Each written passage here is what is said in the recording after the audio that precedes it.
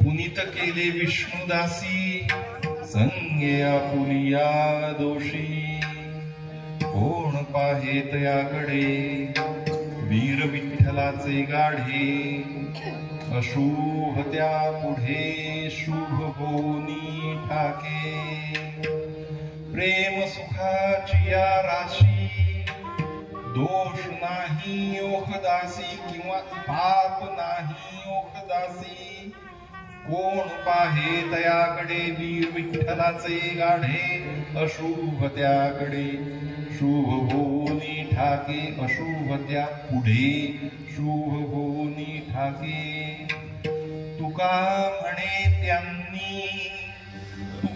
म्हणे त्यांनी केली वैकुंठ नेदिनी कोण पाहे तयाकडे वीर विठ्ठलाचे गाढे अशुभ त्या पुढे शुभ होनी ठाके विठ्ठल विठ्ठल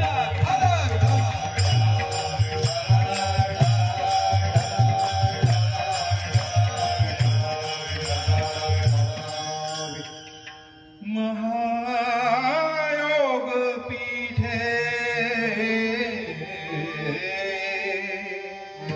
तटे भीमरथ्या त्वरं पुण्डरीकाय दातुं मुनीन्द्रैः समागत्य तिष्ठन्तमानन्द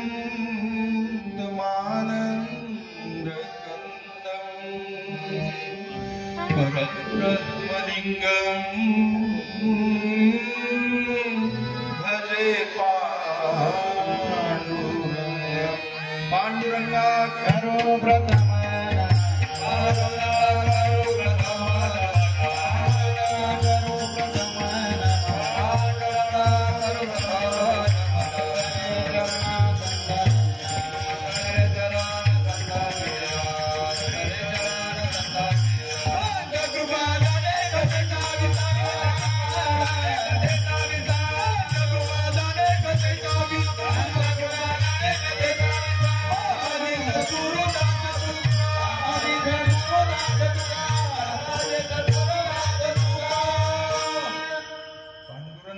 प्रथम नमन दुसरे चरणा संतांची या यांच्या कृपादाने कथेचा विस्तार बाबाजी सद्गुरु दास तुका पुनीत केले विष्णुदासी पुनीत केले विष्णुदासी संगे आपुलिया दोषी कोण पाहे तयाकडे वीर विठ्ठलाचे गाढे अशोभ त्या पुढे शुभ होनी ठाके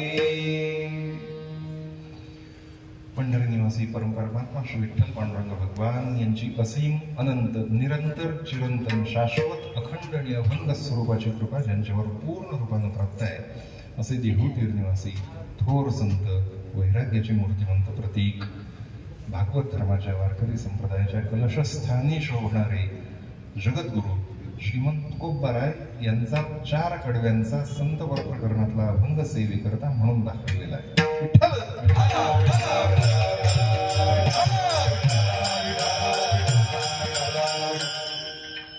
कीर्तनाच्या अभंगाच्या निरूपण रूपी सेवेवर प्रारंभ करण्यापूर्वी काही 2-3 गोष्टींचा परिहार देणं खुलासा करणं आवश्यक आहे. माझं कर्तव्य सुद्धा आहे.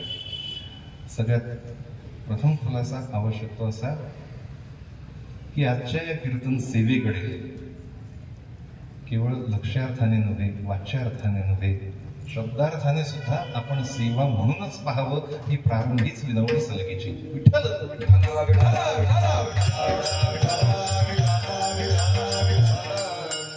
याचं कारण असं की याच सप्ताहाच्या प्रांगणात खेळता खेळता खेळता खेळता आम्ही लहानाचे मोठे झालेलो आहोत.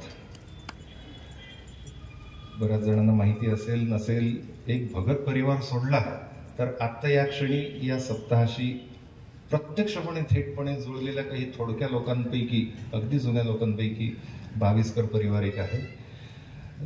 किमान सप्ताहाचं 45वं वर्ष आहे आणि मागील किमान 40 वर्षांपासून तरी अव्याहत या भगत परिवाराशी विशेषतः या सप्ताहाशी आणि एकूणच सगळ्या सिन्नरच्या प्रेमीजनांशी असलेला ऋणानुबंध त्या ऋणानुबंधाचं मजवर असलेलं ऋण ते ऋण व्यक्त करण्यासाठी फक्त मी या ठिकाणी उभा आहे. कीर्तन करण्याचा अधिकार आहे असं अजिबात नाही. वय ज्ञान ध्यान जप तप योग्यता क्षमता पात्रता आदी करून काही एक विशेष असा अधिकार नसताना सुद्धा केवळ प्रेमाने तुम्ही बोलावता दोन्ही अर्थाने बोलावतात सुद्धा आणि बोलवतात सुद्धा. त्यामुळे या ठिकाणी उभा आहे. या आजच्या कीर्तनाकडे सेवा म्हणूनच पाहावं ही पुन्हा एकदा विनंती. दुसरा परिहार श्रीमंत परमपूज्य सिन्नरभूषण साक्षात भैरवनाथाचे अवतार त्र्यंबक बाबा भगत उपाख्य बाबा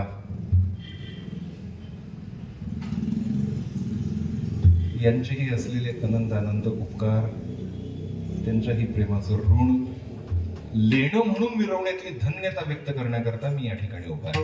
विठ्ठल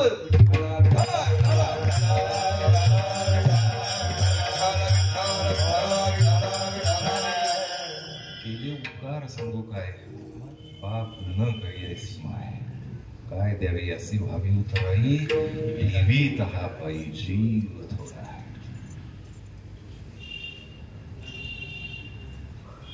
माऊली महावैष्णव श्रीमंत ज्ञानेश्वर भगवान जगद्गुरु श्रीमंत तुकोबाराय प्रेममूर्ती श्रीमंत नामदेवराय यांना पाहण्याचं सौभाग्य तुम्हा आम्हाला लाभलं नाही. कदाचित ते आपल्या समोर अवतरले जरी मूर्तिमंत तरी सुद्धा ते संत म्हणून आपल्याला कळतीलच याची ही शाश्वती नाही. पण धन्य म्हणवीन इहलोकी लोका भाग्य आम्ही तुका देखीला. अगदी तशाच पद्धतीनं धन्य म्हणवीन इहलोकी लोका भाग्य आम्ही बाबा देखीला.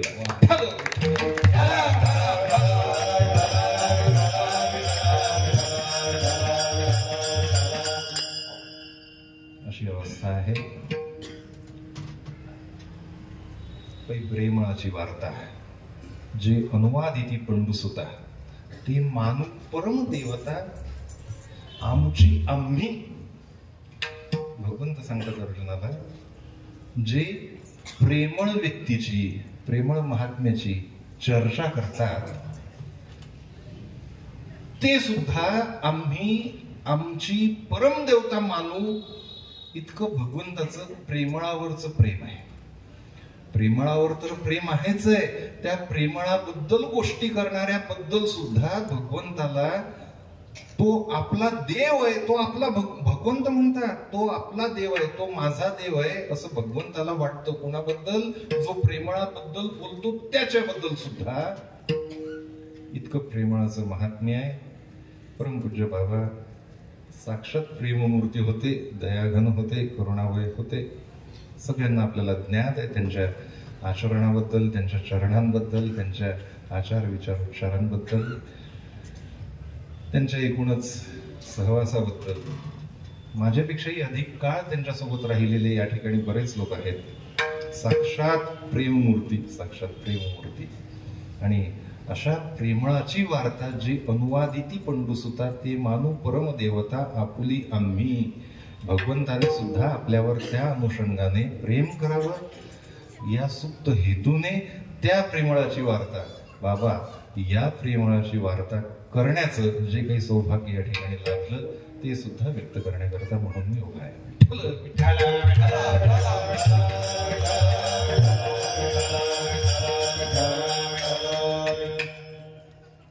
अभंग कदाचित यांची नाही, पण नवशिक्या टाळकऱ्यांची थोडीशी परीक्षा पाहणार आहे.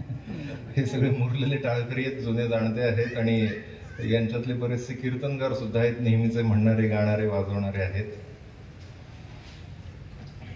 मग असेच श्रीरंग महाराजांना एक गृहपाठ मी नेमून दिला की अशा पद्धतीचे आणखी किमान 6 अभंग गाथेमध्ये आहेत.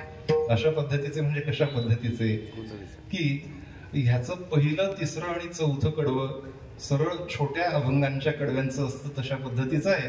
पण दुसरं कडवं मात्र, ध्रुवपद मात्र चौकडी परत किंवा चौचरणी अशा पद्धतीचे 6 आणखी अभंग आहेत. त्यांना सांगितलंय काढून ठेवा, शोधून ठेवा. ते म्हणले नुसते काढून शोधून ठेवत नाही, पाठ करून तुम्हाला फोनवरून ऐकवतो. विठ्ठल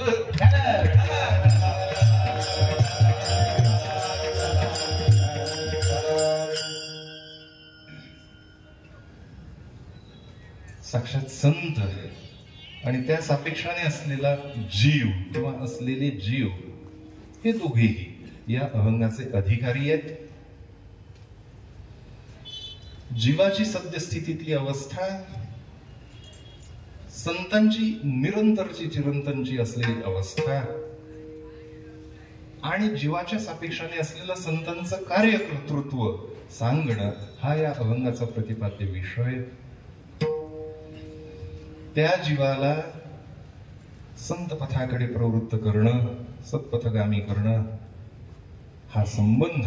आणि तुका म्हणे त्यांनी केली वैकुंठ मेदिनी, जेही म्हणून जीवाच्या पातळीवर आहेत असे दोषी असोत, पुनीत असोत, तुका म्हणे महापातकी पतित असोत, असे कोणीही असले जरी तरी सुद्धा त्यांना आपल्यासारखंच परमपवित्र करून संपूर्ण पृथ्वी तलच, संपूर्ण महितलच साक्षात वैकुंठ करून सोडणं हे या अभंगाचं फल, हा या अभंगाचा अनुबंध चतुष्ट आहे.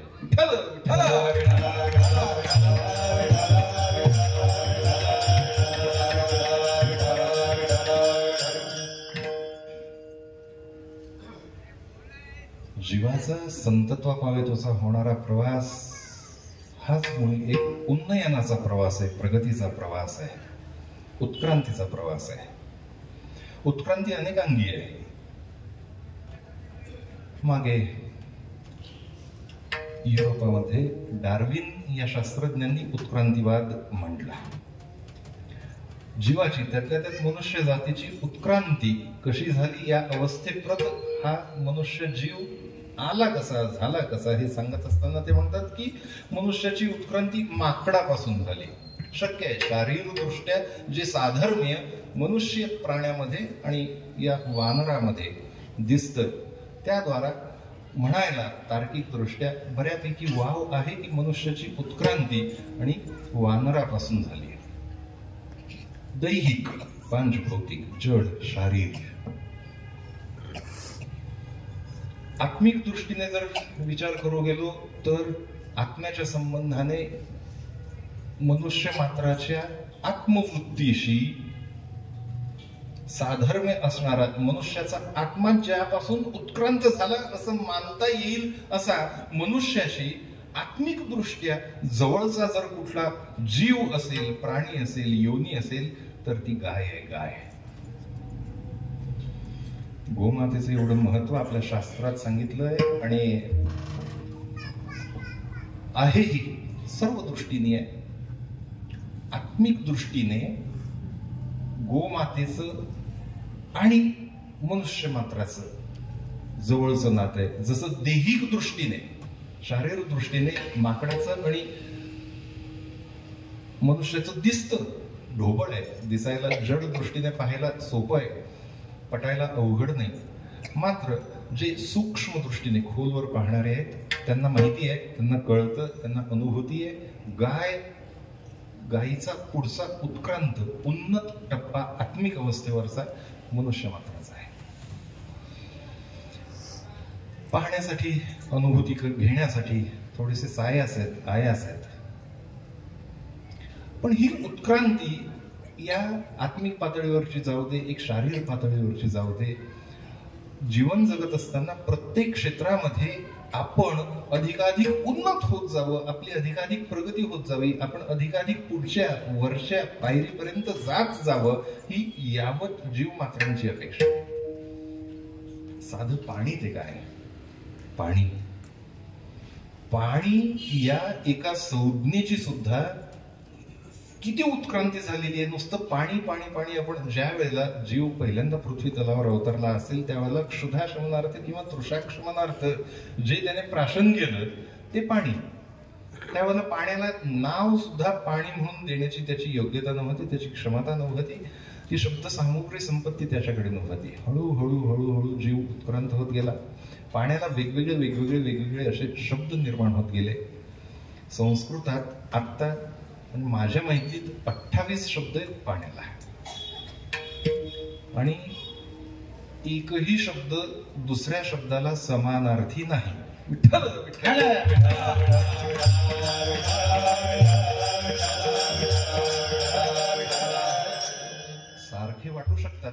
सारखे वाटू शकतात पण समानार्थी नाहीत. त्याच्यात सुद्धा उत्क्रांती आहे. वाहत्या पाण्याला काय म्हणायचं, साचलेल्या पाण्याला काय म्हणायचं, आकाशातून पडणाऱ्या पाण्याला काय म्हणायचं, आणखी आपण पीत असलेल्या पाण्याला काय म्हणायचं, यानुसार त्याच्या अर्थात छटा बदलत जातात, तसे शब्द बदलत जातात. नीर, तोय, जल, जीवन, पाणी. H2O शास्त्रज्ञांची परिभाषा आहे. हायड्रोजनचे 2 रेणू, ऑक्सिजनचा 1 रेणू एकत्र केला की त्या संयुगातून निर्माण होतो तो रासायनिक घटक म्हणजे पाणी. एवढी त्यांची दृष्टी. आणखी साहित्यकाराच्या दृष्टीने कदाचित पाणी तो वेगळ्या पद्धतीने पाण्याकडे पाहिल, कवीच्या दृष्टीने तो आणखी वेगळ्याकडे पाहिल, वेगळ्या दृष्टीने पाहिल. एखादा तृषार्त जीव आहे, रणरणत्या वाळवंटातनं भर दुपारी तो चाललाय आणि तृषाक्रांत झालाय, तहान लागली, आता मरतो की जगतो अशी अवस्था आहे. त्यावेळेला त्याची पाण्याकडे पाहण्याची धारणा वेगळी असणार आहे. त्याच्यासाठी जीवन आहे पाणी साक्षात, त्याच्यासाठी पाणी जीवन आहे. नुसत्या पाण्याच्या सुद्धा संज्ञेकडे पाहत असताना उत्क्रांतीचे किती वेगवेगळे टप्पे आहेत, वेगवेगळे पैलू आहेत, हे पाहणं मोठं मनोरंजक आहे, ज्ञानवर्धक सुद्धा आहे. या सगळ्या भौतिक गोष्टींचं जाऊ द्या. तुम्ही आम्ही आपण सुद्धा आहार निद्रा भय मैथुनांच्या सामान्य मेतत पशुभीर नराणाम ही एक अवस्था आहे. जीवांच्या सर्व यावत जीव मात्र आहेत त्या जीवांच्या आणि मनुष्य मात्राच्या अवस्थेमध्ये काही फरक आहे की नाही, की ते जसे प्राणी आहेत, ते जसे जीव जंतू आहेत, नाही तरी काय थोडी श्वान सुपरे बाहुडी, तसाच एक मनुष्य सुद्धा नुसताच जीव आहे, नुसताच प्राणी आहे? नाही नाही, धर्मो ही एको विशेषो नराणाम, आहार निद्रा भय मैथुनांच्या सामान्य मैतक पशुधीर नराणाम. पशु असो की मनुष्य मात्र असो, त्यांच्यात आहार निद्रा भय मैथुन आदी सगळ्या शारीरिक क्रिया या सामान्य आहेत, समान आहेत. पण आपण धर्माने चालणारे आहोत, आपण नीतिमूल्यांचा विचार करणारे आहोत. हे म्हणून आपलं वैशिष्ट्य जीवाला, मनुष्याला सर्वसामान्य प्राणीगणांपासून काही एक विशेष अवस्थेवर येतं. जीवन जगत असताना फक्त आपल्याला खायला मिळावं एवढी आपली अपेक्षा नसते, केवळ ल्यायला मिळावं अशी अवस्था नसते, अशी इच्छा नसते, अशी अपेक्षा नसते. ल्यावे खावे बरे असावे हेची करी हाव संसार. नुसतं ल्यावं का, नुसतं प्यावं का, नुसतं खावं का? नाही नाही नाही, बरं, त्यातल्या त्यात चांगलं, त्यातल्या त्यात आणखी चांगलं, त्यातल्या त्यात आणखी चांगलं, आणखी चांगलं. जे फक्त स्थूल दृष्टीने पाहतात ते त्यातल्या फक्त भौतिक प्रगतीच्या टप्प्यांकडे वाटचालीने पाहतील, की आम्ही झोपडीत आहोत, त्यातून एखाद्या फ्लॅटमध्ये जाऊ, त्यातून एखाद्या आणखी मोठ्या घरामध्ये जाऊ, त्यातून आणखी मोठ्या बंगल्यामध्ये, त्यातून आणखी मोठ्या बंगल्यामध्ये, वगैरे वगैरे. जे काहीही कसंही कुठेही खातात ते म्हणतील थोडंसं आम्हाला बरं खायला मिळावं, थोडंसं चविष्ट खायला मिळावं, आणखी चटकदार खायला मिळावं. ज्याला त्यातले दोष कळतात तो म्हणेल नाही नाही, जरा हे आहे त्यापेक्षा अधिक चांगलं, अधिक व्यवस्थित पद्धतीचं, ज्याच्यामध्ये काही भेसळ नाही, बाहेरचे अन्न घटक काही असे दुष्परिणाम करणारे घटक नाही, असं खायला मिळावं.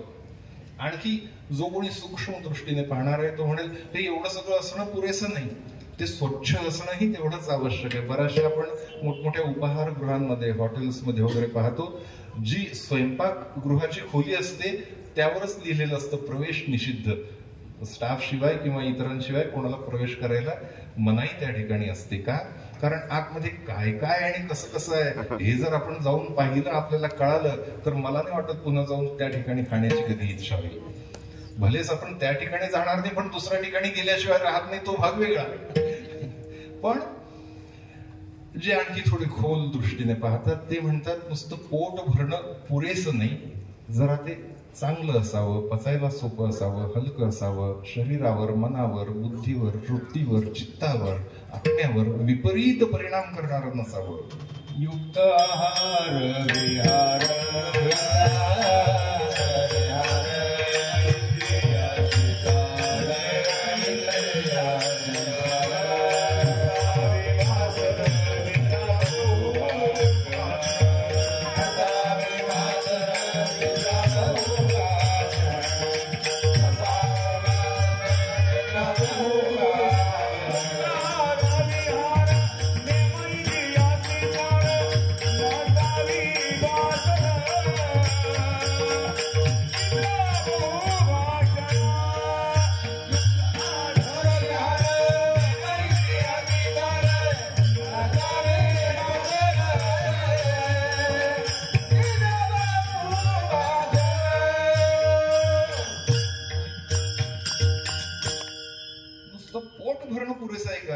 नुसतं पोट भरणं पुरेसं नाही. सामान्य प्राणी सुद्धा पोट भरतातच की, काहीही खातात, कसंही खातात, कुठेही खातात. पण मनुष्य म्हणून आपलं काही वेगळेपण जर सिद्ध करायचं असेल, स्वतः करता, इतरांकरता नव्हे, तर आपला आहार युक्त असला पाहिजे. उन्नयनाच्या, प्रगतीच्या पुढचा अवस्थेचा टप्पा महाराजांनी प्रमाणातून सांगितला, युक्त आहार विहार. आहार युक्त पाहिजे, विहार युक्त पाहिजे, भोजन आपलं सीमित पाहिजे, अमित आहार अघोरिया नको. निद्रा मर्यादित पाहिजे, बोलणं, संभाषण मर्यादित पाहिजे, नीती नियमांच्या चौकटीत पाहिजे.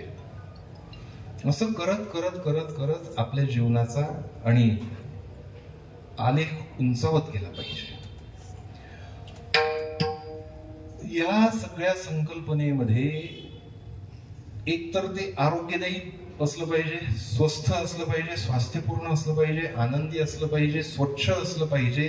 आणि याच्या पुढचा टप्पा जो कदाचित बुद्धिप्रामाण्यवाद्यांना, जो कदाचित फक्त विचारवंतांना, जो कदाचित जे फक्त आणि फक्त भौतिक अंगाने जीवनाचा विचार करणारे लोक आहेत त्यांना कदाचित पटणार नाही. त्यांच्या संकल्पनेमध्ये पावित्र्य ही संकल्पना येत नाही. ते म्हणतात स्वच्छ आहे ना, आरोग्यदायी आहे ना, तेवढं पुरेसं आहे. पवित्र ही काय भानगडे म्हणतात. सोळं ओळू नको, पावित्र्य अपवित्र नको, कुणाला त्यासाठी म्हणून आणि असा भेदभाव आमच्या दृष्टीनं नको आहे. पण पावित्र्य ही सुद्धा संकल्पना जीवनातील अत्यंत महत्वाची, नव्हे सर्वोच्च अशी, आपल्या लौकिक जीवनापुरता सुद्धा, भौतिक जीवनापुरता सुद्धा सर्वोच्च अवस्था आहे. आणि पारमार्थिक जीवनासाठी तर ती सुरुवातीची अत्यंत प्राथमिक अवस्थेवरची अधिष्ठानभूत अशी, आधारभूत अशी अवस्था आहे. जीवाला त्याच्या मूळच्या अपावित्र्यातून पवित्र करण्याची क्षमता संतांची असल्यामुळे त्यांचं ते कार्य, कर्तृत्व अभंगाच्या पहिल्याकडे पुनित केले विष्णुदासी, पुनित केले विष्णुदासी,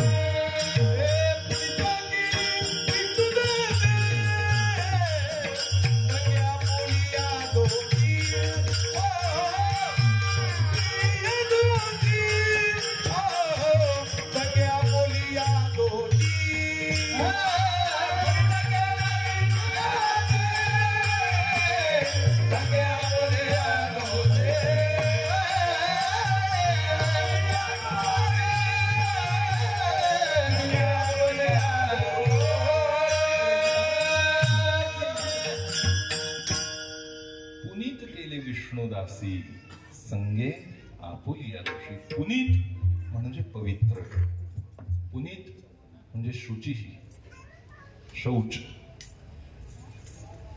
पवित्र केले कोणी? विष्णुदासांनी. कुणाला?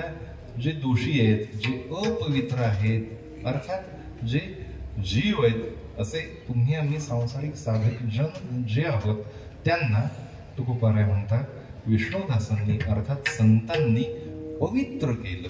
विठ्ठल विठ्ठल.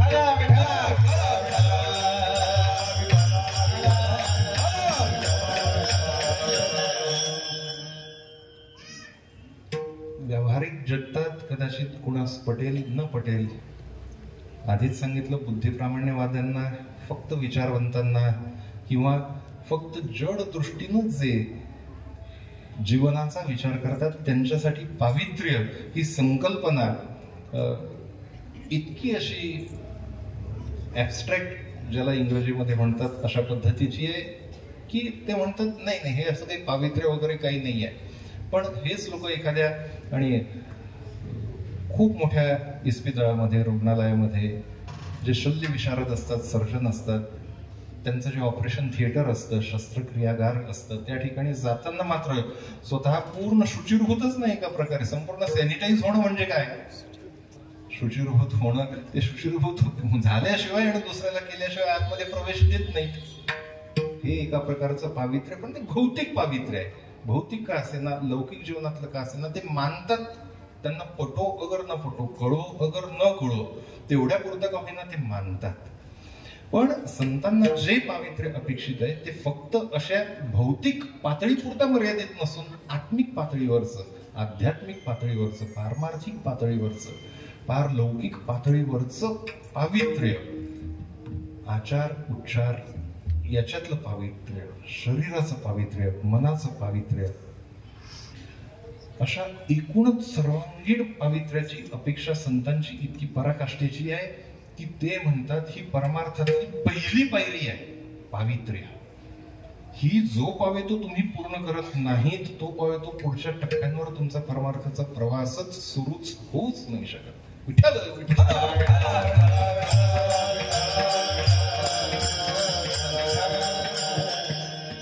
कुठल्याही मार्गाचा साधक घ्या, त्याच्यासाठी पावित्र्य कसं आवश्यक आहे पटवून देण्याचा प्रयत्न करतो.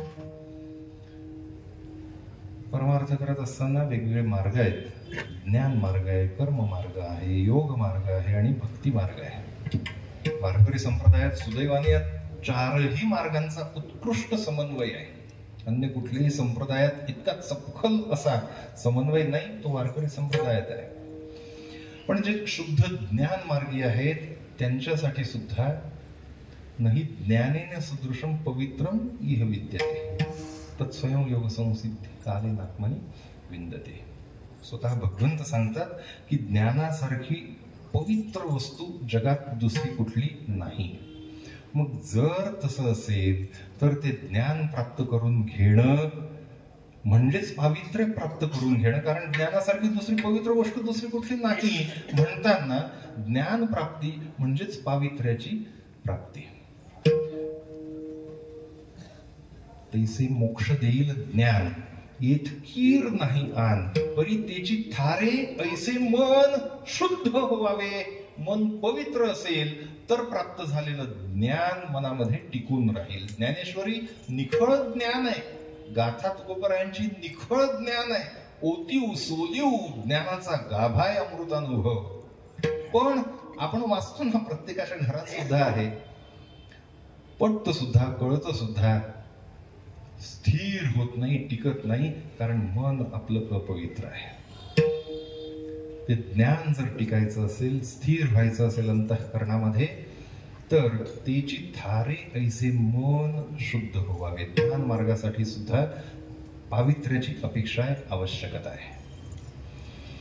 कर्म मार्गाचा साधक असेल तर त्याने कर्तृत्व अहंकार सोडला पाहिजे आणि कर्मफलाची आसक्ती सोडली पाहिजे. ही कर्मसाम्य दशा जो पावेतो, या कर्तृत्वाचा अहंकार मद जात नाही आणि जो पावेतो फलाशा जात नाही, तो पावेतो कर्मात पावित्र्य निर्माणच होत नाही, निर्माणच होत.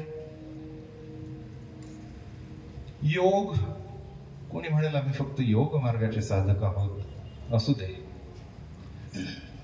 यम, नियम, आसन, प्राणायाम, ध्यान, धारणा, प्रत्याहार या 7 पायऱ्यांकरता तरी आधी पावित्र्य लागतच लागतं. योगश्चित्त वृद्धी निरोधा, चित्ताचा निरोध होण्यासाठी, चित्ताचं पावित्र्य होण्यासाठी, मनाची एकाग्रता होण्यासाठी पावित्र्य आवश्यक आहे. आणि समाधी निरंतर टिकण्यासाठी सुद्धा तेवढ्याच पावित्र्याची अपेक्षा आहे, आवश्यकता आहे. बरोबर. भक्ती, कोणी म्हणेल भक्ती मार्गात तर कुठलाच प्रतिबंध नाही. कोणीही कसाही असला तरीही त्याचा भक्ती मार्गात सुलभ प्रवेश आहे. संतांची शेकडो प्रमाणात, 1-2 नव्हे. पुढे भक्तीने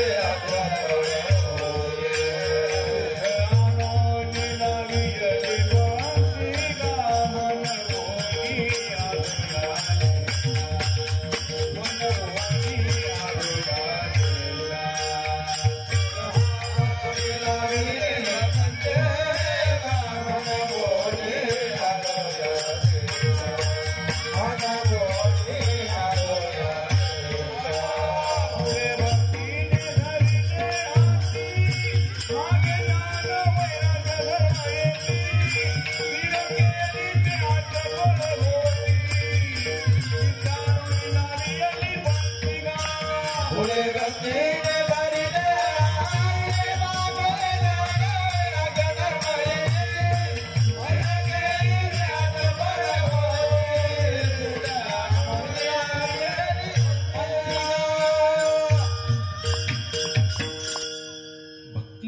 प्रवेश करण्यासाठी कोणीही कसाही असला, कोणत्याही अवस्थेवर असला, कोणत्याही पातळीवर असला तरी चालतो, पण पुढे ज्ञान वैराग्य धर्म येती.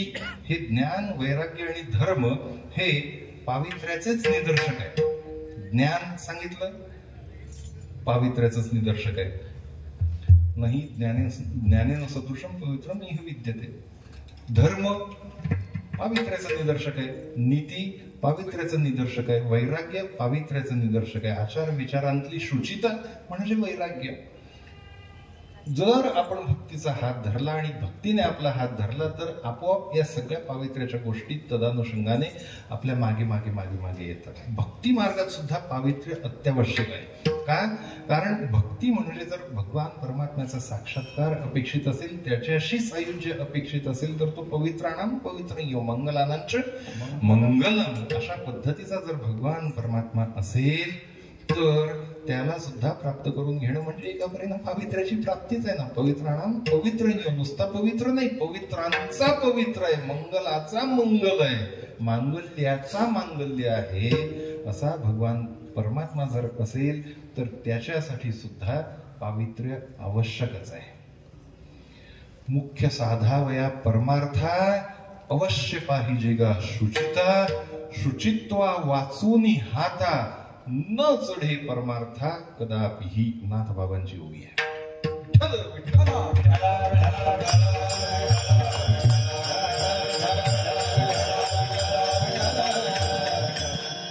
कोणत्याही मार्गाचा साधक असल्यास त्याला पावित्र्य प्राप्त करून घेणं अत्यंत आवश्यक आहे.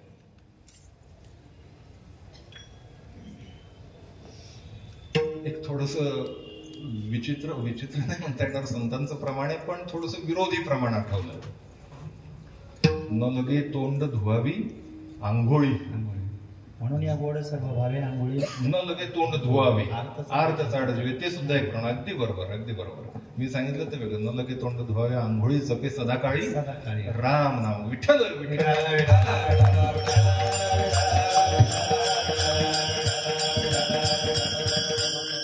चाललेल्या विषयाच्या थोडस प्रतिकूल जाणार, थोडस विरोधी जाणार हे प्रमाण आठवलं आणि महाराजांनी त्याला दुसऱ्याही प्रमाणाची जोड दिली.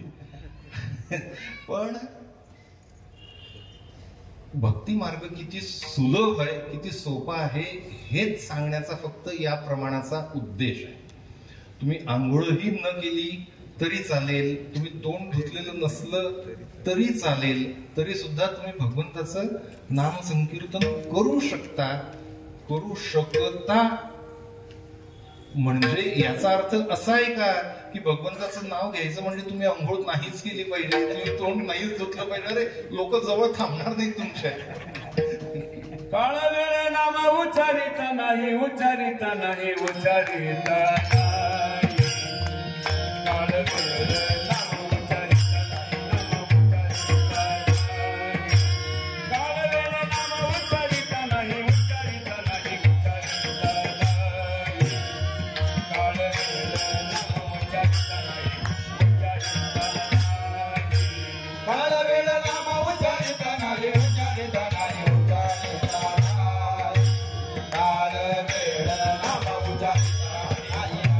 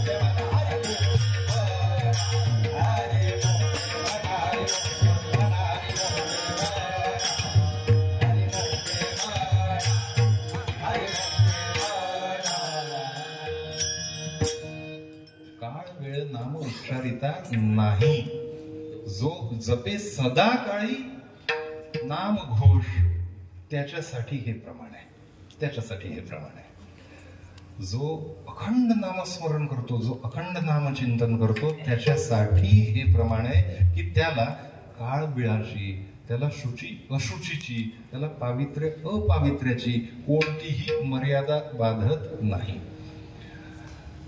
प्रसंग कथाभाग सगळ्यांना माहिती. ज्या वेळेला सगळ्यात पहिल्यांदा तुकोबारायांची कीर्ती ऐकून रामेश्वर भट्ट एकदम संतापले की कोण हा शूद्र वंशात जन्मलेला आणि स्वतःला तुकाराम महाराज म्हणून घेणारा, तुका म्हणे या नावाने कवित्व करणारा, वेदांचा अर्थ सांगणारा कोण आहे, जाऊन त्याला पाहू, जरा वठणीवर आणू, त्याला जरा अद्दल घडवू, शिक्षा करू, असं म्हणून ज्या वेळेला आणि रामेश्वर भट्ट तुकोबारायांच्याकडे जाताना निघाले त्यावेळेला सकाळची वेळ होती आणि तुकाराम महाराज हागणदारीकडून आणि असा डबा वगैरे घेऊन, त्यांचं जे काही असेल त्यावेळेचं भांड वगैरे घेऊन आणि शौचाच्या त्या परिसरातून येत होते हागणदारीच्या रस्त्याने. आणि तरी सुद्धा अखंड नामचिंतन त्यांचं चालूच होतं. हे पाहून तर आणखीनच ते भडकले, ते आणखी संतापून गेले. दशग्रंथी ब्राह्मण होते, विद्वान होते, सगळं काही होतं. मात्र आणि या पावित्र्याचा किंवा या शुचित्वाचा किंवा सोहळ्या पोहळ्याचा भलता भ्रम डोक्यात असल्यामुळे ती संकल्पनाच त्यांची वेगळी होती. ते आणखीनच चिडले तुकोबारायांच्यावर आणि म्हणाले, काय तुम्ही भगवंताचं नाव आणि अशा अपवित्र जागेत, अपवित्र अवस्थेत, अपवित्र सगळ्या या वातावरणामध्ये, अशा दूषित पद्धतीच्या या सगळ्या वातावरणामध्ये तुम्ही भगवंताचं नाव चिंतन करता. तुकोबाराय म्हणाले, माझे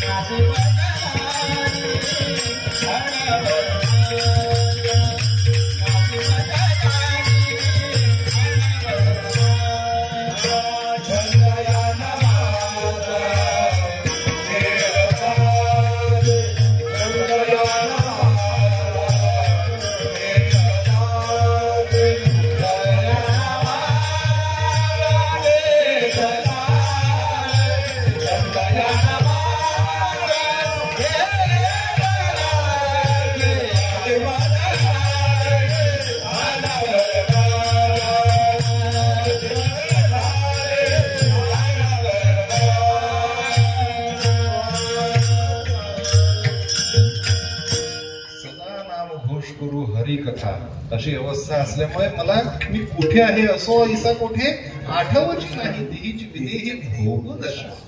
आम्ही देहावर आहोत, विदेही अवस्थेत आहोत, कोणत्या ठिकाणी आहोत या कुठल्याही अवस्थेचे आम्हाला यत्किंचितही स्मरण नाही, आठवण नाही. आणि या माझ्या पडिले वळण इंद्रिया सगळा भाव तो निराळा नाही तुझा. इतकी माझी वाचा जड इंद्रिय आहे. वाचा म्हणजे जिव्हा म्हणजे जड आहे ना, पण तिला सुद्धा भगवंताच्या नाम सौंदर्याची एवढी गोडी अद्भुत अशी प्राप्त झाली की ते घेतल्याशिवाय जीभच स्वस्थ राहत नाही. त्याला मी काय करू. तुकोबारायांची अवस्था. अशा अवस्थेला पोहोचलेले संत महात्मे, त्यांच्यासाठी संपूर्ण देश कालच शुद्ध झाल्याशिवाय राहत नाही. त्यांच्यासाठी संपूर्ण देश काल शुद्ध झाल्याशिवाय राहत नाही. आणि त्यांच्या संगतीत जो कोणी येतो तोही शुद्ध झाल्याशिवाय राहत नाही. म्हणून पुनीत केले विष्णुदास.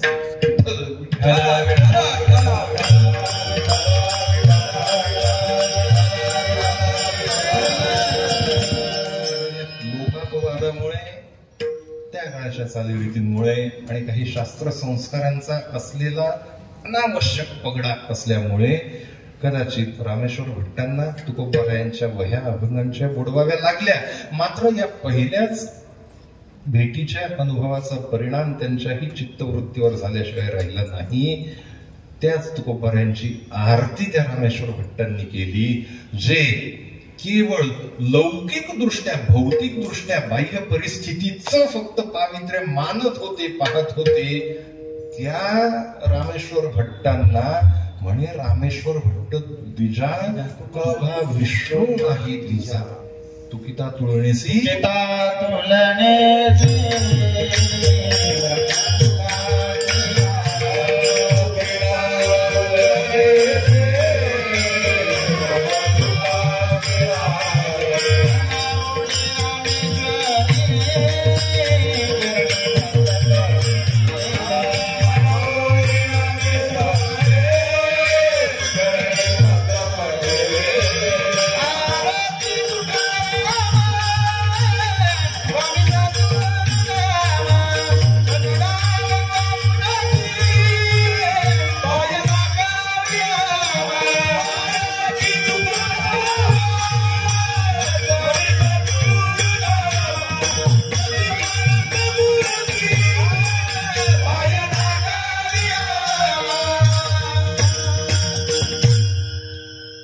ब्रह्मवस्तू असलेल्या साक्षात ब्रह्माशी तुकोबारायांची तुलना त्याच रामेश्वर भट्टांनी केली.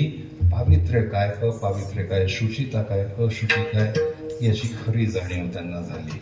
संत संगीत आलेला कोणीही जीव असो तो तत्क्षणी संत स्वरूप झाल्याशिवाय राहत नाही. हा गाव रसे भरले पाणी, पाठी पाय देत आले ते गंगे काय म्हणितले परते सर.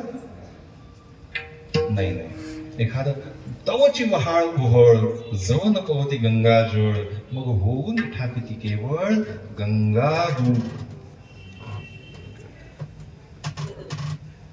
एखादा नाला असेल गाव रसाने भरलेला, म्हणजे त्याच्यात मल मूत्र विष्ठा आणखी काय काय काय काय सगळं नको नको ती घाण असेल, तोच नाला एखाद्या छोट्या नदीत जाऊन मिळतो. ती छोटी नदी थोड्या मोठ्या नदीला जाऊन मिळते, ती मोठी नदी आणखी गंगेला जाऊन मिळते, किंवा एखादा नाला थेट गंगेत जरी जाऊन मिसळत आहे तरी गंगा त्याला हे हे येऊ नको येऊ नको, मी पवित्र आहे, मी त्या गंगोत्रीहून निघालेली आहे आणि तू आला तर माझं पाणी अपवित्र होईल असं म्हणून गंगा त्याला दूर लोटते काय? नाही नाही नाही. वर्जित गंगा नाही उत्तम अधम जगा, तुकोबारायांचं प्रमाण आहे. गंगा कुणाचंही वर्जन करत नाही, येऊ नको असं म्हणत नाही. उलट जो गंगेत येऊन मिसळतो त्या प्रवाहाला सुद्धा, तो प्रवाह कितीही अशुद्ध असो, कितीही दुर्गंधीयुक्त असो, कितीही अपवित्र असो, तो सुद्धा गंगारूप झाल्याशिवाय राहत नाही.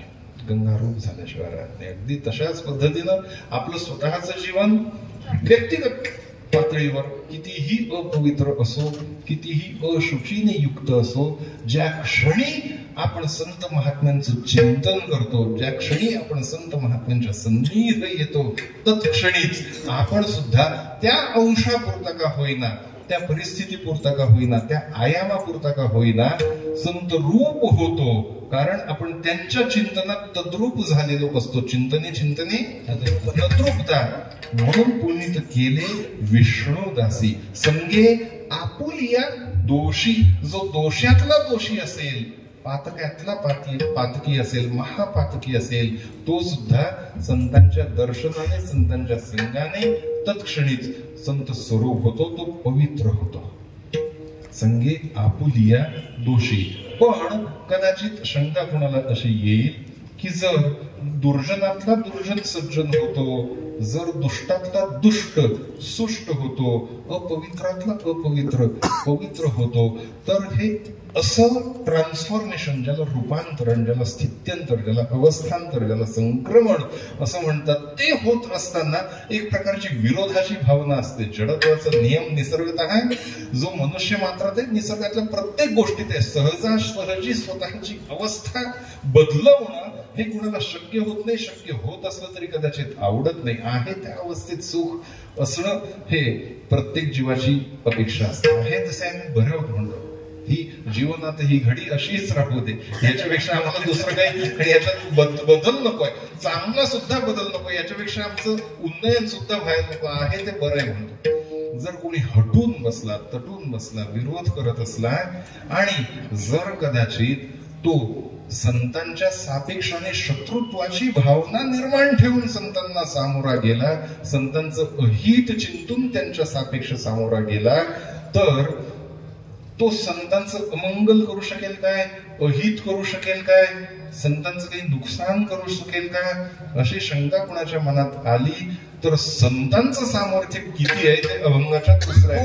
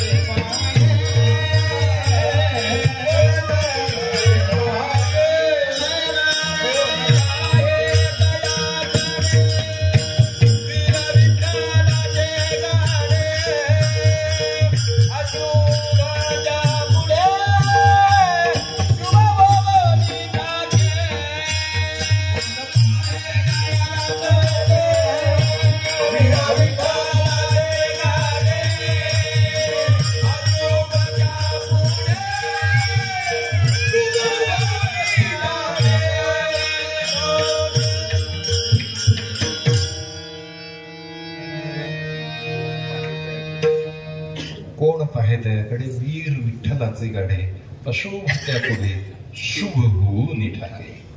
कोणाची ताकद आहे, कोणाचं सामर्थ्य आहे, कोणाची क्षमता आहे, महाराज म्हणतात कोण पाहे त्याकडे.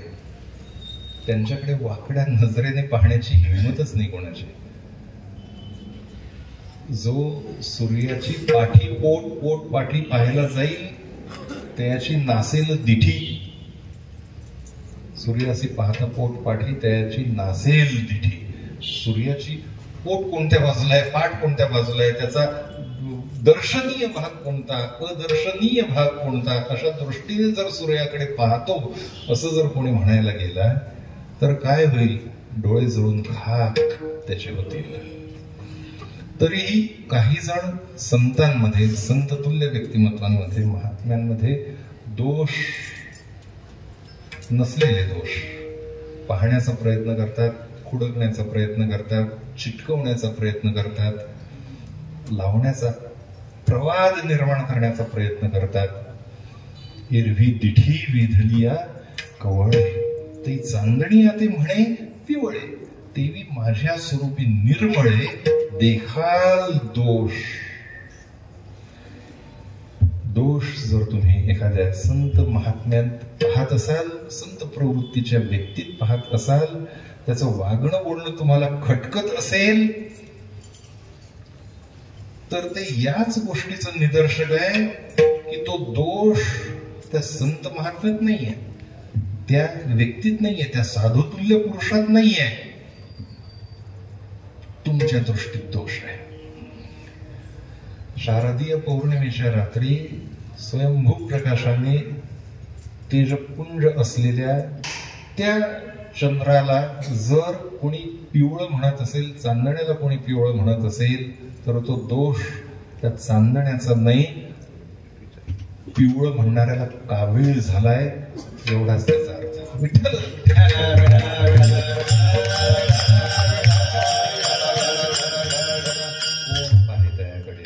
वीर विठ्ठलाचे गाडी कोणत्याही दृष्टीने, कोणत्याही दृष्टीने.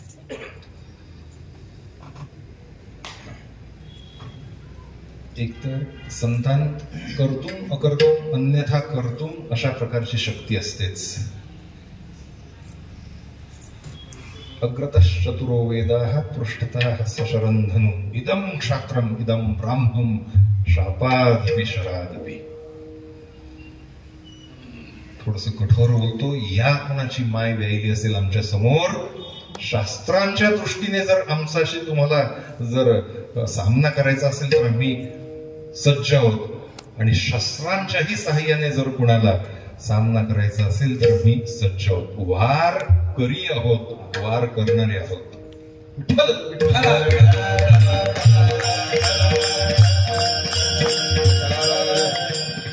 आणि केलेला सुद्धा आहे. थोरल्या छत्रपतींच्या आकस्मिक निधनानंतर आणि छत्रपती संभाजीराजांच्या अत्यंत प्रतिकूल कालखंडात एकाच वेळेला 5-5, 6-6 बलाढ्य शत्रूंना तोंड देत होते संभाजीराजे.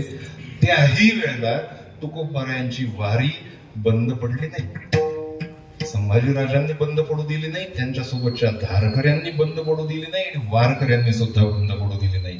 जी काठी आहे ध्वजाची, प्रसंग पडताच त्याच तो ध्वज काढून घेऊन त्या काठीचा दंडासारखा सुद्धा उपयोग वारकऱ्यांना करता येतो. भले तरी देव काशीची लंगोटी, नाठाळाची काठी मऊ मेणाहुनी आम्ही विष्णुदास, कठीण वज्रास भेदू ऐसे माय बापाहुनी बहु कृपावंत करू घात पात शत्रुहुनी. कोण पाहत याकडे? वीर विठ्ठलाचे कडे झुंजारती एक विष्णुदास, पाप पुण्य अंगी नातळे त्या. झुंजार आहेत, झुंजार आहेत. कळी काळाच्या सुद्धा माथ्यावर पाय देऊन उभं राहण्याची ज्यांची क्षमता आहे असे संत आहेत. सामान्य नाहीत, सामान्य. नामाची बोले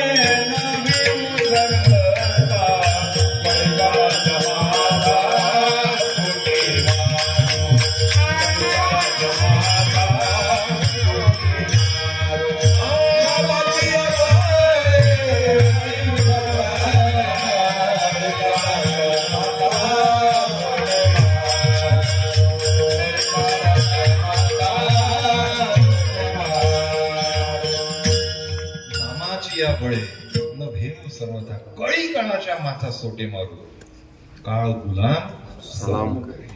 एवढी ज्यांची ताकद आहे त्यांचं कोणीही काहीही वाकडं करू शकत. कोणाच्या मनात शंका येऊ शकते की असं जर आहे तर मंबाजींनी काट्याने मारलं कसं तुकोबारायांना, गावातल्या काही टवाळांनी आणि ऊसाच्या दांडक्यांनी मारलं कसं मग तो स्वतःच्या सापेक्षाने अपराध असल्यामुळे तुकोबारायांनी सहन केला. ती त्यांची साधू वृत्ती, ती त्यांची संत वृत्ती होती. पण दुसऱ्याच्या सापेक्षाने आणखी कोणाला जर कोणी त्रास देत असला तर मात्र तुकोबारायांची एकाच वेळेला संत वृत्ती आणि क्षात्र वृत्ती सुद्धा प्रज्वलित झाल्याशिवाय राहत नव्हती. कोण पाहत याकडे वीर विठ्ठलाचे गाडे. अशुभ त्यापुढे कोणी अपवित्र भावना अपवित्र धारणा घेऊन जरी तुकोबारायांच्याकडे आलं, संतांच्याकडे आलं, चांडाळांनी कुटाळांनी भंडारा डोंगरासारख्या निर्जन डोंगरावर गावातली एक वेश्या पाठवली होतीच ना तुकोबारायांच्यासाठी. मात्र आत्यंतिक अपवित्र भावनेने गेलेल्या त्या स्त्रीला, त्या वेश्येला सुद्धा तुकोबारायांनी सांगितलं जाई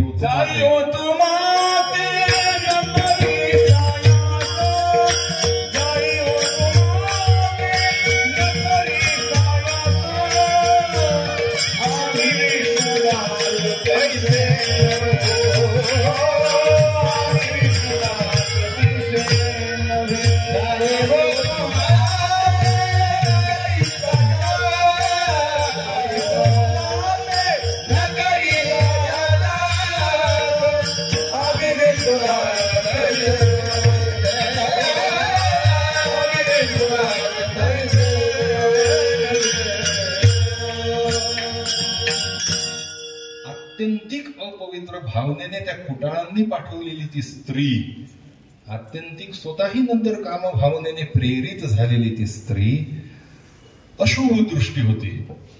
मात्र तुकोबारायांनी जाई होतो माते न करी सायास, प्रयत्न करू नकोस, आम्ही चळणार नाही, आम्ही ढळणार नाही, आम्ही विष्णुदास कैसे नको. कोण पाहत याकडे वीर विठ्ठलाचे गाडे. अशुभ त्या पुढे शुभ होऊन ठाके. आत्यंतिक अशुभातली अशुभ भावना सुद्धा, व्यभिचाराची सुद्धा भावना तुकोबारायांनी आत्यंतिक शुभ भावनेत परावर्तित रूपांतरित करून टाकली की नाही. मातृत्वाच्या वात्सल्याच्या प्रेमाच्या भावनेत रूपांतरित करून टाकली. अशुभ त्या पुढे शुभ होऊन ठाके. अंधारासमोर सूर्य प्रकटताच अंधार प्रकाशात रूपांतरित होतो. थंडीच्या पुढे उष्णता प्रकटताच थंडी उष्णतेत रूपांतरित होते. अत्यंत दारिद्र्याने त्रासलेल्या एखाद्या 18-20 दारिद्र्य असलेल्याच्या घरात वाणी वसे महालक्ष्मीची येऊनी बैसे माऊली म्हणतात. जर महालक्ष्मीच येऊन त्याच्या घरात वास्तव्याला आली अनायासे तर त्याचं दैन्य दारिद्र्य हे समर्थ संपन्नतेत रूपांतरित होतं. सार्वभौम चक्रवर्ती सम्राट असलेला राजा जर एखाद्याचा जीवश्च कंचश्च बहिष्ठ प्राण झाला, बहिष्टर प्राण झाला, सखा झाला, तर असा सामान्यातला सामान्य सुद्धा तत्क्षणी सर्व संपन्न बनतो. अनेक उदाहरणं माऊलींनी एकामागोमाग एक अशी दिलेली आहेत. अगदी तशाच पद्धतीनं संतांची कृपा होताच, संतांचं सामर्थ्य लाभतात, संतांचं सान्निध्य लाभताच जीव सुद्धा जो मूळचा अशुची आहे, मूळचा अपवित्र आहे, तो तत्क्षणीच पवित्र होतो, तो तत्क्षणीच शुभ होतो, तो तत्क्षणीच संत सदृश होतो, संत लक्षणांनी युक्त होतो. आणि असं करत असताना त्या जीवाला कुठेही कशाही पद्धतीच्या वेदना होणार नाहीत. इतकं त्याचं रूपांतरण सहज असतं. लोहाचे अंग तूक न तोडिताची कणक, केले जैसे देख परीसे देणे. काय दृष्टांत आहे माऊलीचा. लोखंड आहे, लोखंड, आणि जर त्याला परिसाचं सान्निध्य लाभलं, परिसाचा स्पर्श झाला, तर परीस त्या लोखंडाचं सोनं करण्याकरता म्हणून काही त्याला भट्टीत तापवतं, काही त्याचे तुकडे तोडतं, काय त्याला इजा करतं, काय त्याला करतं, काय काहीही करत नाही. लोहाचे अंग तूक न तोडिताची कणक. त्याचा आकार बदलत नाही, त्याचा प्रकार बदलत नाही, त्याची व्यवस्था आहे तशी बदलत नाही, काहीही न बदलवता त्याची अवस्था मात्र बदलते. त्याला तोडत नाही, त्याला मारत नाही, त्याला कापत नाही, त्याला घासत नाही, कातत नाही, पिटत नाही, ठोकत नाही, तापवत नाही, त्याला साच्यात ओतत नाही, काहीही न करता आहे त्या अवस्थेतून त्याची आहे ती अवस्था तत्क्षणी बदलते. लोहाचे अंग तूक न तोडिता शिकनक, केले जैसे देख परिसे देणे. अगदी तशाच पद्धतीनं काहीही त्रास न होऊ देता, कुठेही न दुखवता हे रूपांतरण अवस्थांतरण संत करू शकतात. कारण परिपूर्ण प्रेम वात्सल्य भाव त्यांच्या अंतःकरणामध्ये ओसंडून वाहत असतो. अभंगाच्या तिसऱ्या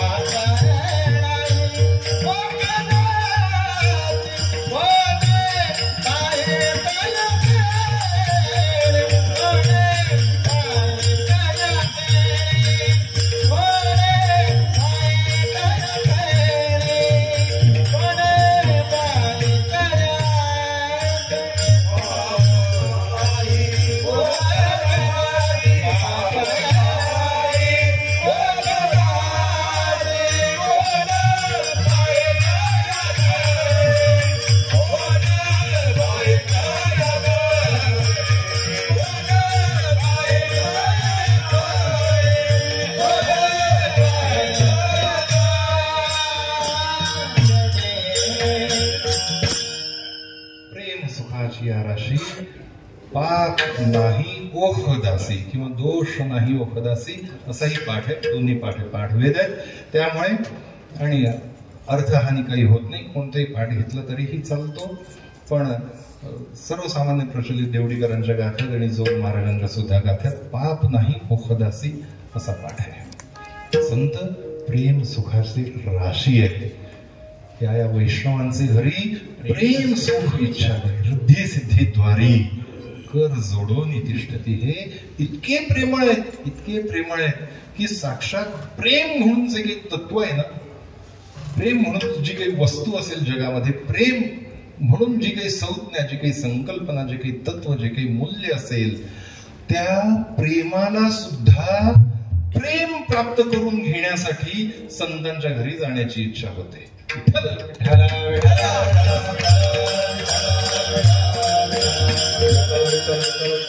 या वैष्णवांचे घरी प्रेम सुख इच्छा करी रिद्धी सिद्धी द्वारी कर जोडून तिष्ठती. मग वृद्धी सिद्धी ह्या ज्या मानवी जीवनातल्या मानवाच्या दृष्टीने सगळ्यात जास्त आणि प्राप्तव्य असलेल्या गोष्टी आहेत, त्या प्राप्त करून घेण्याजोग्या गोष्टी सुद्धा प्रेमाच्या इच्छेने संतांच्या ठिकाणी हात जोडून उभ्या राहतील. याच्यात नवलते काय?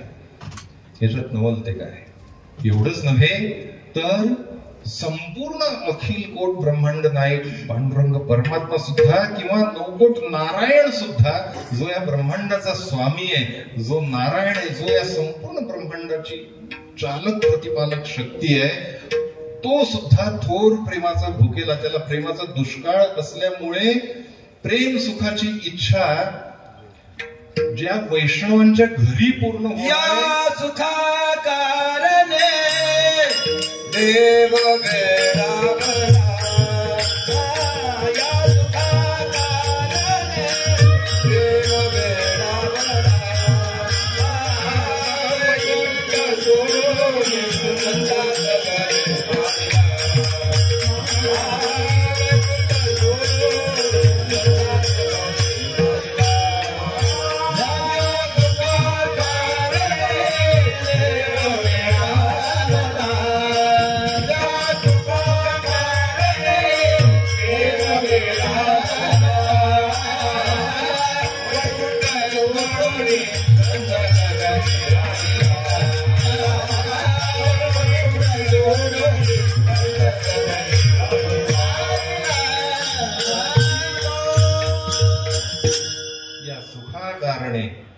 संतांचं असलेलं सुख संतांचे सुख वाटिया देवा म्हणून सेवा करी. त्यांची सेवा करण्याकरता, त्यांच्या सन्निध असलेलं प्रेमाचं सुख भोगण्याकरता साक्षात भगवान परमात्मा सुद्धा वेडा होतो आणि स्वतःच अत्यंत वैभवशाली असलेलं वैकुंठ सोडून संतांच्या कोपी झोपेत घुसण्याचा प्रयत्न करतो. वैकुंठ सोडून संत सदनी राहिला. का? कारण संत प्रेम सुखाची या राशी आहेत. त्यांच्याकडे दोष नाही ओखदासी. औषधाला सुद्धा अणु मात्र लव मात्र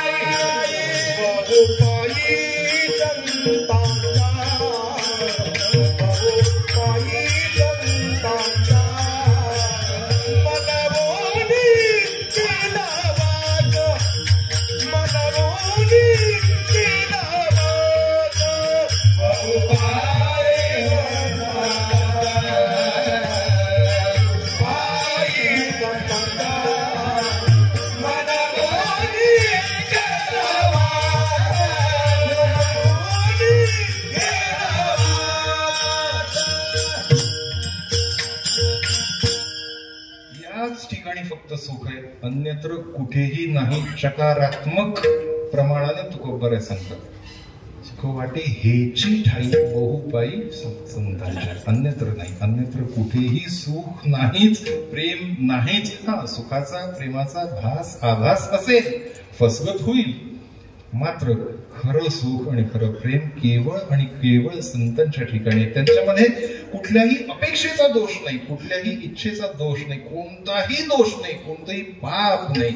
निरपेक्ष, अखंड, निर्व्याज, अव्यंग प्रेम संतांचं आहे. प्रेम सुखाची राशी, दोष नाही किंवा पाप नाही, ओखदासी दीपा नाही, पाठीपोटी अंधकार, सर्वांगी साखर, चंदनाचे हात पायही, परिसा नाही हीन. तुका म्हणे तैसा सज्जना पासून पाहता अवगुण मिळेची. असे जेव्हा संत या पृथ्वी तलावर अवतरतात तेव्हा ते स्वतःच जीवन कृतार्थ करतात असं नव्हे, ते ज्याही ठिकाणी म्हणून राहतात तो संपूर्ण परिसर, तो संपूर्ण भूभागच वैकुंठमय करून टाकतात. शेवटच्या काळात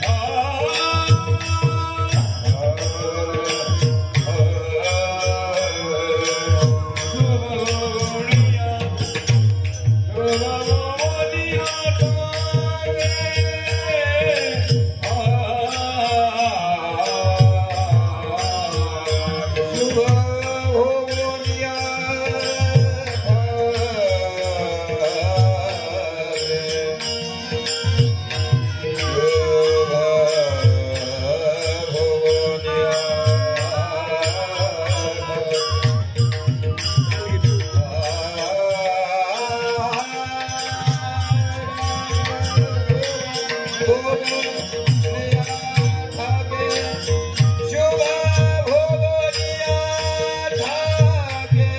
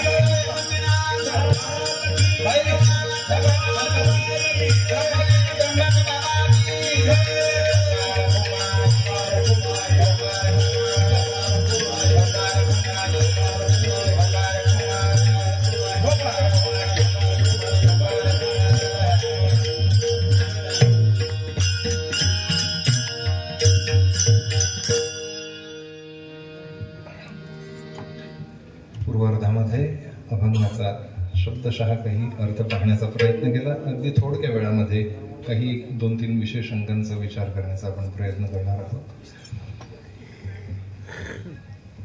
साहजिकच कोणाच्या मनात प्रश्न निर्माण होईल, ठीक आहे, परमार्थासाठी, परमार्थ मार्गाच्या कोणत्याही साधना मार्गासाठी जर आपल्याला शुचित्वाची अपेक्षा असेल, शुद्धतेची अपेक्षा असेल, आवश्यकता असेल, अनिवार्यता असेल, तर ठीक आहे, पटलं आम्हाला. संसारात सुद्धा काही ठिकाणी शुद्धता, स्वच्छता, पावित्र्य आवश्यकता असतेच. पण ते पावित्र्य संसारातलं, लौकिकातली शुद्धता, स्वच्छता आमची आम्ही मिळवतो की नाही, आपली आपण करतो की नाही? करतो. मग परमार्थासाठी म्हणून जी काही स्वच्छता, जी काही शुद्धता, जे काही पावित्र्य अपेक्षित आहे, आवश्यक आहे, त्यासाठी संतच कशाला पाहिजेत? संतांच्या शिवाय सुद्धा, संतांच्या कृपेशिवाय, संतांच्या प्रेमाशिवाय, संतांच्या सत्संगाशिवाय आमची आम्ही आमच्या बळावर शुद्धता, स्वच्छता, पावित्र्य, भक्ती, भगवत कृपा या गोष्टी सिद्ध नाही का करू शकणार? याला थोडस गमतीशीर उत्तर हो म्हणून करू शकता. असं उत्तर मुंडकोपनिषदाच्या अद्वैत प्रकरणामध्ये त्या उपनिषदकारांनी दिलेलं आहे. जे सजग श्रोते आहेत, सगळेच आहात तुम्ही, त्यांच्या मनामध्ये शंकेची पाल चुकचुकली असेल. कारण एकीकडे वेदच म्हणतात की संतांविण प्राप्ती, वेद देती ग्वाही, आणि वेदांचंच अंग असलेले उपनिषद सांगतं हरकत नाही, संतांची गरज नाही बुवा, संतांच्या कृपेची आवश्यकता नाही, त्यांच्या सन्निधाची आवश्यकता नाही, सत्संगाची आवश्यकता नाही, तुमच्या बळावर तुमचे तुम्ही सुद्धा आणि भक्ती, पावित्र्य, भगवत साक्षात्कार करून घेऊ शकता, करून घेऊ शकता. हास्यास्पद आहे, थोडस विडंबन स्वरूपाचं आहे, आणि त्याच्यातनं काय भाव प्रकट होतो तो तुमचा तुम्ही समजून घेण्या इतके सुज्ञ आहात म्हणून हे सांगण्याचं धाडस करतोय. ते उपनिषदकारांनी थोडीशी फिरकी घेतलेली आहे. तुम्हाला तुमच्या बळावर, स्वतःच्या जीवावर, स्वकर्तृत्वावर संतांशिवाय जर या सगळ्या गोष्टी साध्य करायच्या आहेत ना, करू शकता. त्यासाठी एक सोपी साधना सांगितलेली आहे उपनिषदकारांनी, अत्यंत सोपी, काही करू नका म्हटलं. एकदम सोपा उपाय करा. उत्सेक उदथेर यद्वत कुशैकाग्रेण बिंदुना मनसा निग्रह तद्वत भवेत अपरिच्छेदता. बस इतकं सोपं साधन आहे. संतांची गरजच नाही म्हटले मग अजिबातच. अरे वा, किती सोपं साधन आहे, मराठीत सांगतो. इतकं सोपं साधन आहे, इतकं सोपं साधन आहे की संत नसले तरी चालतील, आपण जीव साधक आपल्या बळावर, आपल्या कर्तृत्वावर, आपल्या मनोनिग्रहावर आपली आपण प्राप्ती करून घेऊ शकू. एकच करायचं, काय? वाळलेल्या गवताची काडी घ्यायची, कुशाग्र. ती काडी घेऊन समुद्राच्या काठावर जायचं. समुद्राच्या काठावर जाऊन आणि समुद्राच्या जवळ बसायचं, म्हणजे किनाऱ्यावर आणि समुद्रावर खडकावर बसा, एखादं घरून जाऊन एखादी खुर्ची घेऊन जाऊन बसा, स्टूल घेऊन जाऊन, काय तुम्हाला जसं तुम्हाला उभं राहून करा, काय करायचं तसं बसा. आणि त्या वाळलेल्या गवताचं कुश, त्याचं अग्र तेवढं फक्त समुद्रात बुडवायचं. ते बुडवल्याच्या नंतर ते बुडालेल्या त्या कुशाग्राला जे समुद्राचं पाणी लागलेलं असेल तेवढं पाणी घ्यायचं आणि असं मागच्या बाजूला फेकायचं, उपसायचं. उत्सेक उदथेर यद्वत कोशैकाग्रेण बिंदुना, तेवढं अल्प पाणी ते त्यात बुडवायचं, समुद्रात डोक बुडवायचं आणि असं मागच्या बाजूला भिरकवायचं. बस असं करत करत करत करत समुद्र तुम्ही पूर्ण उपसून काढा. इतकं सोपं आहे, संतांच्या शिवाय या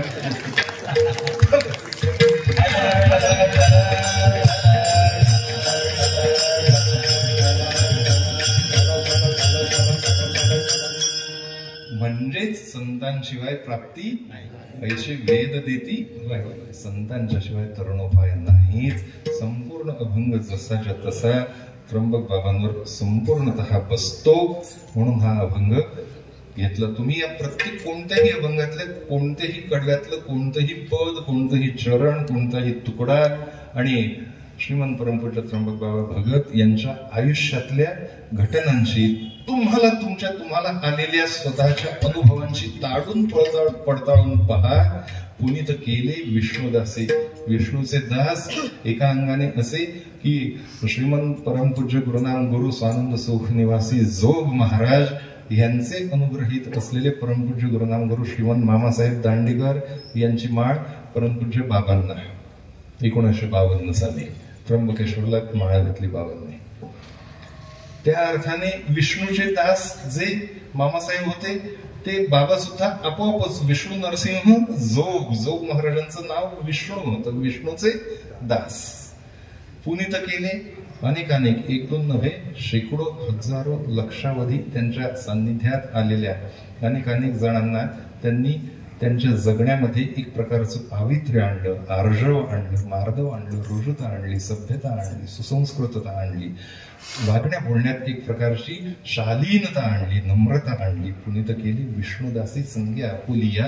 दोषी जे कोणी दोषी असतील, जे कोणी आणखी दुराचारी असतील, अनाचारी असतील, पापी असतील किंवा रंजले गांजलेले असतील, आधिव्याधीने त्रस्त पीडित असतील, त्यांना सुद्धा आणि बाबांनी एक प्रकारचं आधिव्याधीग्रस्त मुक्त केलं. आधिव्याधीतून निर्व्यंग अशा पद्धतीचं आयुष्य दिलं. कोण पाहे त्याकडे, कोणीही त्यांचं काही आयुष्यात वाकड करू शकलं नाही. वीर विठ्ठलाचे गाढे वैराग्याचं वज्र कवच एवढं धगधगीत त्यांनी सर्वांगावर लपेटलेलं होतं की त्यांना सांसारिक गोष्टीचा कुठलाच संपर्क किंवा संसर्ग होऊन त्यांच्या चित्तवृत्ती क्षोभित, चलित, पतित होऊ शकणे इतक्या लेच्या नव्हत्या. कोण आहे त्याकडे वीर विठ्ठलाचे गाढे अशुभ, त्या पुढे शुभ होऊन ठाके प्रेम सुखाची आराशी.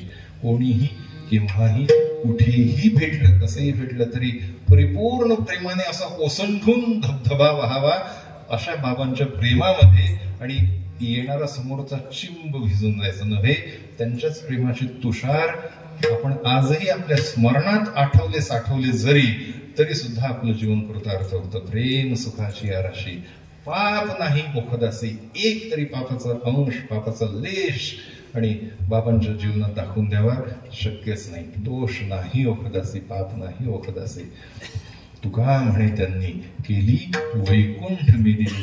पृथ्वीतलाच्या या मेदिनीच्या ज्या म्हणून भूभागावर बाबा जेव्हा केव्हा असतील, जातील, त्या क्षणी तो संपूर्ण परिसर, तो संपूर्ण भूभाग जणू वैकुंठच करून टाकत असत. त्यांचं भजन, त्यांचं गायन, त्यांचा काकडा, त्यांचं सप्ताहातलं अस्तित्व, त्यांचं वास्तव्य, संपूर्ण त्यांचा अधिवास जो असायचा तो वैकुंठ झाल्याशिवाय राहत नव्हता. कही एखादेनी वैकुंठ जावे ते ती वैकुंठची केले आघावे, असे नाम घोष गौरवे धवळिले विश्व. अशा पद्धतीनं हा संपूर्ण अभंग जसाच्या तसा सखल बाबांच्यावर लागतो. त्यांच्या चरणांची, माता पितरांच्या चरणांची, गुरुवार्यांच्या चरणांची, वारकरी सकल संत मांदियाळींच्या चरणांची आणि तुम्हासारख्या सगळ्या सुज्ञ प्राज्ञ भावादृश श्रोत्यांच्या चरणांची झालेली सेवा समर्पित करतो. संप्रदाय संकेतानुसार ज्ञानेश्वर